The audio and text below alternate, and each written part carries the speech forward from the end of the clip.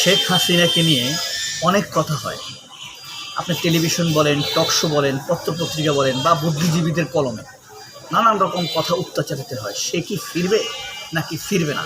তার চূড়ান্ত পরিণতি আসলে কি?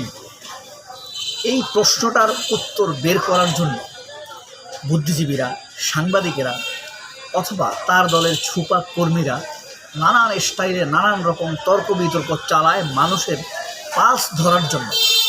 কিন্তু মানুষের পালস কি আসলে তারা ধরতে পেরেছে? পারে, নিশ্চিতভাবেই পারে। কারণ যদি পেরেই যেত তাহলে এতদিন যাবৎ আর এত কথা বলতো না।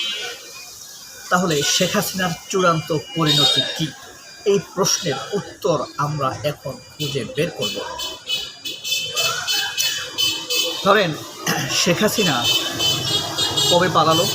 24 সালের 5ই আগস্ট শেখ হাসিনা এই দেশ থেকে পালিয়েছে। এই দেশের যদি আপনি কোনো জরিপ করেন, মানুষকে জিজ্ঞেস করেন, তাহলে 90% মানুষ বলবে আমাদের জাতীয় শত্রু ভারত। সেই শত্রু দেশে এই দেশের মানুষের ভয়ে যে পালিয়ে যেতে পারে সে তো তাদেরই লোক। শত্রুর কাছে যে নিরাপদে থাকে সে কখনো আপনার আপন নয়। আপনার শত্রুর কাছে আপনার যে ভাই নিরাপদে আশ্রয় গ্রহণ করে সেই ভাই আপনার উপকারে আসতে পারে। শেখ হাসিনা শত্রু দেশে পালিয়ে গেছে। শুধু তাই নয়, বাংলাদেশের এই সেনাবাহিনী যদি কখনো কারো সাথে যুদ্ধ করতে হয়, সেই দেশ কোনটা? পাকিস্তান। পাকিস্তানের সাথে বাংলাদেশের আর কোনো যুদ্ধ কি সম্ভব? কোনোভাবেই সম্ভব নয়। 1500-1600 কিলোমিটার দূরের এই দেশের সাথে আমাদের যুদ্ধ করার কোনো দরকার নাই, কিচ্ছু নেই। যদি কখনো হয় যুদ্ধ করতে হবে ভারতের সাথে।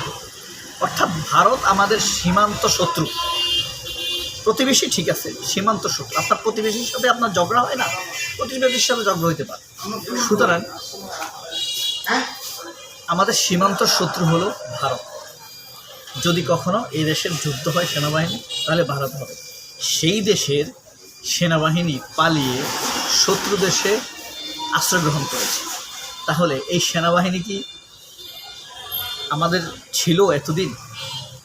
এই 5 জন ডিজিএফআই, প্রায় 5 জন ডিজিএফআই ডিজি বা সদস্য এই ভারতে আশ্রয় নিয়েছে। অর্থাৎ শেখ হাসিনার দেশদ্রোহী এই টিমটি চিরকাল বাংলাদেশের বিরুদ্ধেই কাজ করেছে, ভারতের স্বার্থের জন্যই কাজ করেছে। আর 5ই আগস্টের পরে জেনারেল ওয়াকারুজ্জামান বলেন তো, কোন কার জন্য কাজ করেছে? আমাদের জন্য কি কাজ করেছে জেনারেল ওয়াকার? 5ই আগস্টের পরে কোনো কাজ কি করেছে? আমার কোনো কাজ তাদের নজরে আসে না, আমি দেখি না। আপনার নজরে আসে কিনা? আমার নজরে আসে না যে এমন কোনো কাজ করেছে যেটা এই বাংলাদেশের মানুষের জন্য উপকারে আসতে পারে। আমি এরকম কোনো কাজ দেখি নাই। এখন বলেন, তাহলে শেখ হাসিনা নিরাপদ দেশে গেছে, যেখানে নিজের দেশ বাংলাদেশ, তার বাপের দেশ, তার মুক্তিযুদ্ধের দেশ, তার স্বাধীন দেশ, মুক্তিযোদ্ধা দেশ, 54 বছরের চেতনার দেশ, তার কাছে নিরাপদ না। তার কাছে নিরাপদ ভারত। নাম্বার 1 পয়েন্ট, বাংলাদেশের চাইতে তার কাছে নিরাপদ দেশ ভারত। নাম্বার 2, শেখ হাসিনা 24-এ যে হত্যা এবং তার 17 বছরের শাসন জুড়ে যে হত্যা, নির্যাতন, নিপীড়ন চালিয়েছে, এই হত্যা, নির্যাতন, নিপীড়নে সকল তথ্য প্রমাণ এখন জাতিসংঘের কাছে, জাতিসংঘের মানবাধিকার কমিশনের কাছে। এবং হত্যা, গুমের জন্য যত রকম নির্দেশ শেখ হাসিনা দিয়েছে, সবগুলার নির্দেশনা, তার কণ্ঠের, তার নির্দেশ দেওয়া রেকর্ডের সব কিছুরই ফরেন্সিক রিপোর্ট হয়েছে। জাতিসংঘ করেছে, আমেরিকা করেছে, বেলজিয়াম করেছে, ফ্রান্স করেছে, জার্মান করেছে। সব কিছুতে প্রমাণিত হয়েছে কি শেখ হাসিনা এই হত্যার অর্ডার দিয়েছে। জাতিসংঘ বলেছে তারা 1400 লোকের পরিচয় পেয়েছে যাদেরকে শেখ হাসিনা হত্যা করেছে, আর 2500 লোককে হত্যা করেছে এটা তারা নিশ্চিত। অর্থাৎ জাতিসংঘের মানবাধিকার প্রধান কমিশনের প্রধান ভলকার তুর্ক যেই রিপোর্ট দিয়েছে, তদন্ত করেছে, এই ভলকার তুর্কের তদন্ত অনুযায়ী শেখ হাসিনা প্রায় 2500 মানুষ মেরেছে। এর মধ্য থেকে 1400 মানুষের পরিচয় পাওয়া গিয়েছে, আর 40,000 মানুষকে আহত করেছে। এইটা জাতিসংঘের কাছে প্রমাণ রয়েছে, ফ্রান্সের কাছে এর প্রমাণ রয়েছে, রিপোর্ট রয়েছে, জার্মানের কাছে রিপোর্ট রয়েছে। 2 নম্বরটা গেল।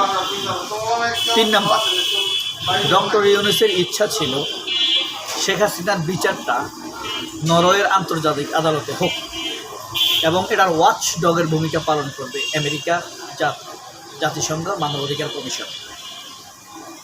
আসিফ নজরুলের ঐকান্তিক ইচ্ছায় তিনি বলছেন, এই কথাটা কিন্তু মাহমুদুর রহমানও বলেছেন, ডক্টর মাহমুদুর রহমান নজরুলের সম্পর্ক।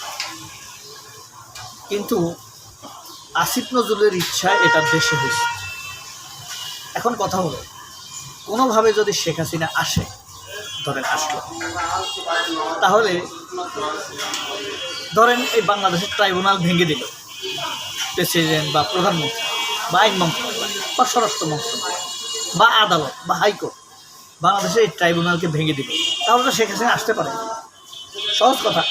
কিন্তু তখন শেখ হাসিনা আসার সাথে সাথে তার বিরুদ্ধে অটোমেটিক মামলা হয়ে যাবে কিসের?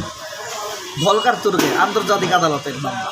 কারণ সেখানে একটি আবেদন করা রয়েছে, সে আন্তর্জাতিক আসামি, তার বিরুদ্ধে গ্রেপ্তারি পরোয়ানা জারি রেডিয়ে করছে কে? Belgium, France, German, Norway, Sweden, America.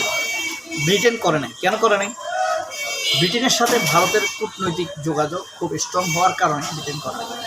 অর্থাৎ এই যে প্রথমে বললাম, শেখ হাসিনা এই দেশের চাইতেও বেশি নিরাপদ কোথায়? ভারতে। এখন তাদের মুক্তিযুদ্ধের দেশ, তাদের স্বাধীনতার দেশ, তাদের বাবার দেশ, যেভাবেই বলি না কেন, সেই দেশেই তারা নিরাপদ না। অথচ উচ্চ বাচ্চের বাতচিত করা ডায়লগ দেয়ালো শেখ হাসিনা কখনো পালায় না, এটা তার বাপের দেশ, এরকম ডায়লগ কিন্তু ঘুরে বেড়াচ্ছে অনলাইন। সেই ডায়লগগুলোকে মিথ্যা প্রমাণ করে নিজের ব্যক্তিত্বকে বিসর্জন দিয়ে নিজের দেশকে, নিজের বাপের দেশকে অনিরাপদ বলে সে পাড়ি জমাইছে শত্রু দেশ। সেই শত্রু দেশে তার চূড়ান্ত পরিণতি। এই দেশ তার নয়, এটা প্রমাণ। সবাই অনেক ভালো থাকে। আমরা এটা কত সেল করি? আল্লাহ হাফেজ, সালাম। আমরা কত সেল করি?